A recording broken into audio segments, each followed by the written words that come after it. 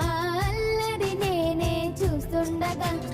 కన్నులతో నేను చిన్నోడిలా కలగలిసిన ఎగసిన బిగిసిన